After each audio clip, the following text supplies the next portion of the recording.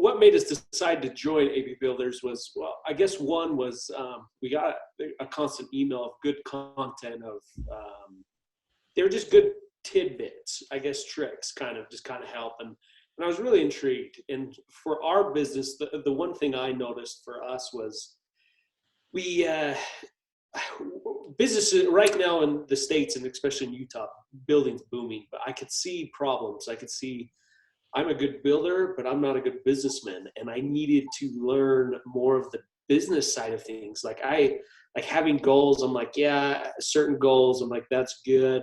But I just very vague. And it just, I mean, I learned it from my dad, who was just what do they call it? A technician. He was very technical mind oriented, not how to run the business. And I was worried. And so I wanted to reach out to something. And like me and Andy, who's my coach, I needed kind of a big brother to kind of help me and say, because I don't have any brothers. It's just me and my dad. And I'm like, I need someone to help me. And that's what initially made me, I liked the tidbits that we got. And then when I first spoke to Andy, it was a really frank and good conversation. And that's really what kind of pushed me to the edge of, this is what we need.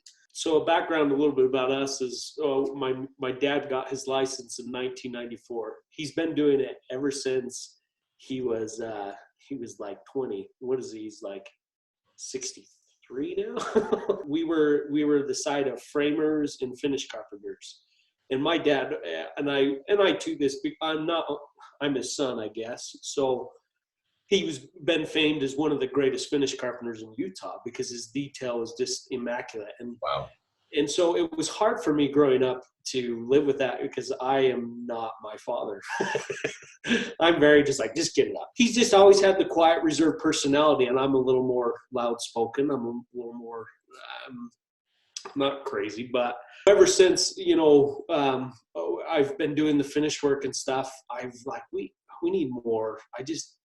It felt like we needed something more. And I said, we need to build more homes. We could do this. And so we moved up to this. We were in a smaller community in Utah in the northern part. And that was probably one of the best things we did. And then there I just established myself. So probably the last 2 years, we've mainly built homes. And so we started out with one home, and then we got to two. And now currently right now, we have about 7 homes going on.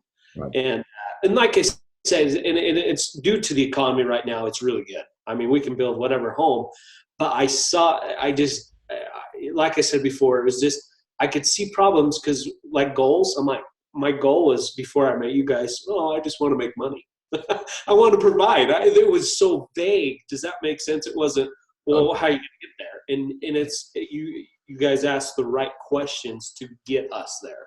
Right. And I'm not saying we're perfect or getting there, but I'm slow, but it's step by step. And you're always saying this, Alex, is, when you want to eat an elephant, it's one bite at a time. Yeah. And I eat the bite very slowly, but I'm getting there. And so that was the biggest thing. Goals. I mean, I was just like, make more money, but it was, you guys really helped me say, okay, Max, you want to make more money. Well, what do you need to do to get there? And I'm like, well, he goes, what is a number? You got to put a number to it. And he's telling me, and so now we're at, our goal was we would make, in the past, finish carpenters 100,000 in revenue. Now we ended this year, we'll be ending about 2.2 million in revenue. So a huge difference compared to what we were. And so, but it's not enough. Do you know what I mean?